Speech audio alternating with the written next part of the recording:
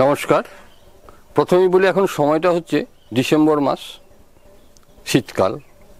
আমি আপনাদের বলেছিলাম যে আমার সার গাদাটা দেখাবো। আমাদের গ্রাম সাইডে এরকম গাদা করে রাখা হয় বলে সার গাদা বলা হয়। এটা হচ্ছে আমার সেই সার গাদাটা। এর মধ্যে রয়েছে গরুর গোবর সার, মুরগি সার, মুরগি বলতে ওই বাচ্চা মানুষ করা যে ধানের কুড়োটা ব্যবহার হয় সেই কুড়োটা, আর সেই সঙ্গে রয়েছে কিছু সুপার ফসফেট আছে, ফসফরাস আর কি দিই একটু। আর আমার যে সেটা কিচেন ওয়েস্ট দিয়ে যে সারটা তৈরি হয়, আপনারা দেখেছেন ড্রামের মধ্যে পচায়, 6 মাস 1 বছর পর পর ওগুলো বের করে নিয়ে যখনই সারটা মিক্স করি তখন ওটা নিয়ে এসে এর সঙ্গে মিক্স করে দিই। সেই সঙ্গে মোটামুটি ওই 5% সরিষা খৈল, 10% সরিষা খৈল দিলাম, হয়তো 5% যদি নিমখোল থাকে নিমখোল দিয়ে দিলাম। তারপরে যদি ওই কাঠগুঁড়ো থাকে, মোটামুটি ধরুন 30% দিয়ে দিই আমি ওই কিচেন ওই আপনার যেটা মুরগির সারটা। তারপর ওর মধ্যে মিশিয়ে দিলাম যতটা থাকলো কিচেন ওয়েস্টের যে কম্পোস্ট, কিচেন কম্পোস্ট যেটা বলছি।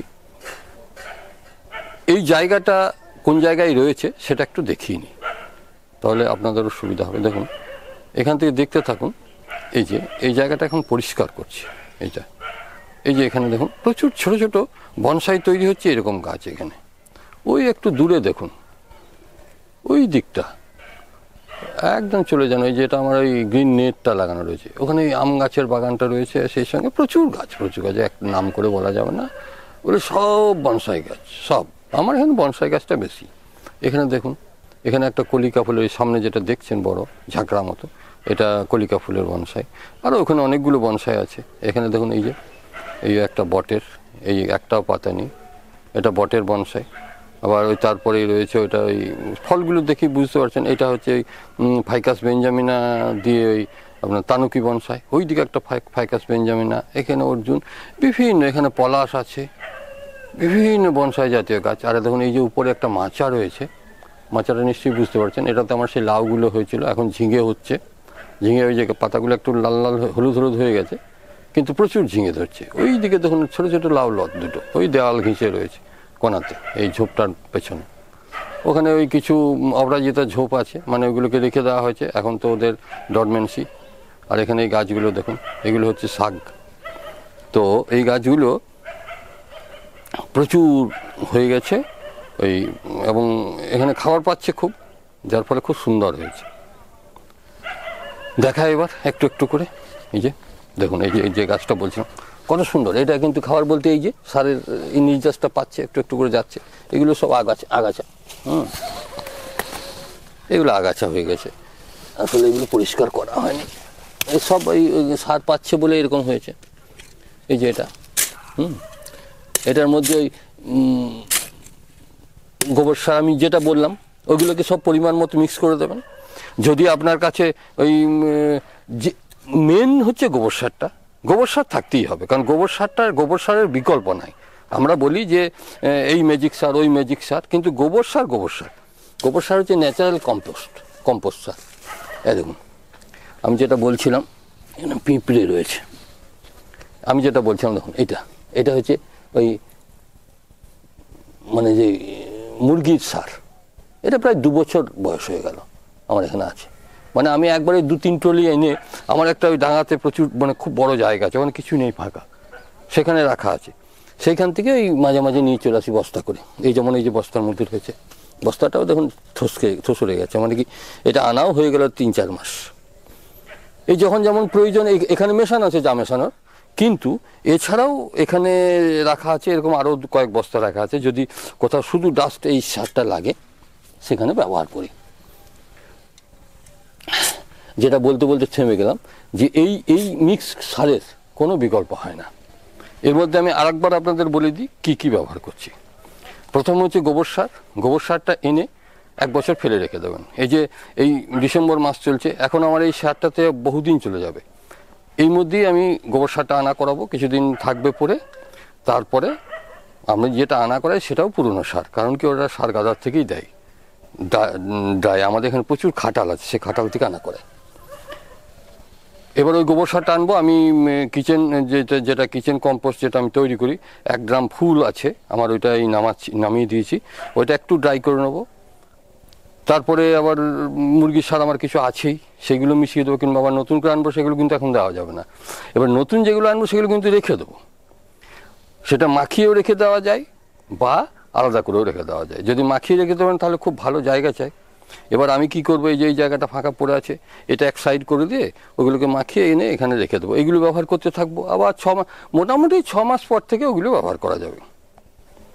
তাহলে আমি কি কি দেবো বললাম, যে গরুর গোবর সার, ওটা মোটামুটি 70% ধরুন, বাকি যে 30% থাকবে সেগুলো হচ্ছে ওই বাকিগুলো, ওই কিচেন কম্পোস্ট মানে সেই আমরা যে রান্নার সরঞ্জামে, রান্না করার জন্য যে সমস্ত আলু পটল হ্যানত্যান ব্যবহার করি তার খোসাগুলো, এমনকি সেই কলা, তাদের খোসা, বিভিন্ন সবজির খোসা, শাক পাতা, ওইগুলো থাকে বেশিরভাগ, সেইগুলো দিয়ে কিচেন কম্পোস্ট তৈরি করা হয়। আর যেটা চিকেনের যে এটা, সেটা তো আমি বললাম, ওটা তো আনতে হয় যেখানে ফার্ম আছে চিকেনের, সেখান থেকে।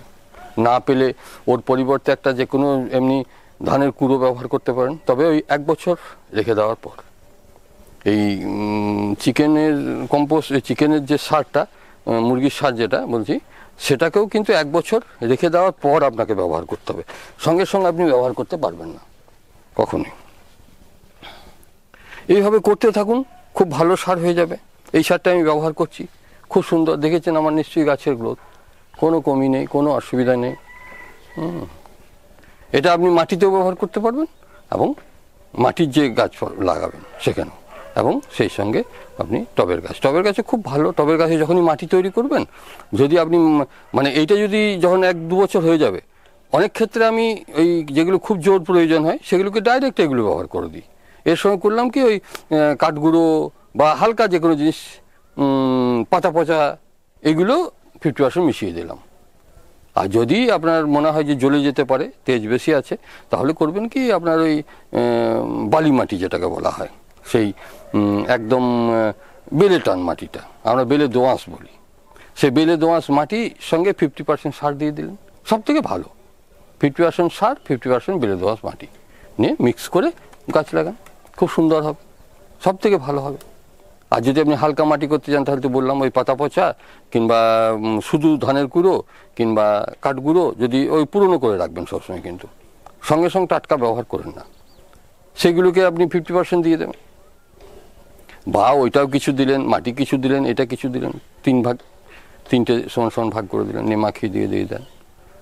এবার ব্যবহারটা আপনাকে ঠিক করতে হবে, আপনি কীরকম পার্সেন্টেজ সারটা দেবেন কি না, বা কাজ করতে করতে আপনার সারটার তেজটা কেমন, সেটা আপনাকে ঠিক করতে হবে। তবে কখনোই এই সারের সঙ্গে ওই নাইট্রোজেন বা ওই জাতীয় কোনো এনপিকে, এই জাতীয় কোনো কেমিক্যাল সার অবশ্যই মেশাবেন না, তাহলে এর যে গুণাবলী সেটা নষ্ট হয়ে যাবে।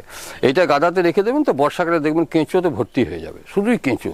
ওই কেঁচোটা থাকলে এমনিতেই ফসফরাস অ্যাড হবে, আমি তো ফসফরাস দিচ্ছি এর সঙ্গে, সেটা বলতে ভুলে গেলাম।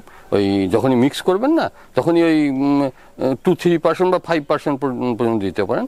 5% কতটা সার সেটা তো আমি বলতে পারছি না আপনার কতটা হবে, ফসফরাস অ্যাড করে দেবে। ফসফরাস বলতে super phosphate, single super phosphate বললেই দেখবেন দোকানে দিয়ে দেবে, সাদা মতো চুনের মতো ডাস্ট, ওইটা ছড়িয়ে মিশিয়ে দেবেন, ওই সরিষা খৈল টোল যেমন দিচ্ছেন। যদি কিছুই না দেন, গোবর সারটাই রেখে দেবেন, ডাস্ট করে দেবেন, গোবর সারটা বারবার ঘাঁটতে থাকবেন, মাখাতে থাকবেন, 3-4 বার মাখানোর পর ঢাকা দিয়ে রেখে দেবেন। তো মনে রাখবেন যে সারটাকে সবসময়, দেখছেন আমার একটা ময়েশ্চার আছে, এই একটা ময়েশ্চার ওকে রেখে দিতে হবে, হালকা করে জল মাঝে মাঝে উপরে দিয়ে দেবেন, হালকা করে, জব করবে না কিন্তু। এই যেমন দেখতে পাচ্ছেন আমার এই যেটা খুললাম, সেখানে দেখুন ময়েশ্চার রয়েছে। ধন্যবাদ, ভিডিও বড় হয়ে যাচ্ছে, পরবর্তীকালে আবার আপডেট দেবো।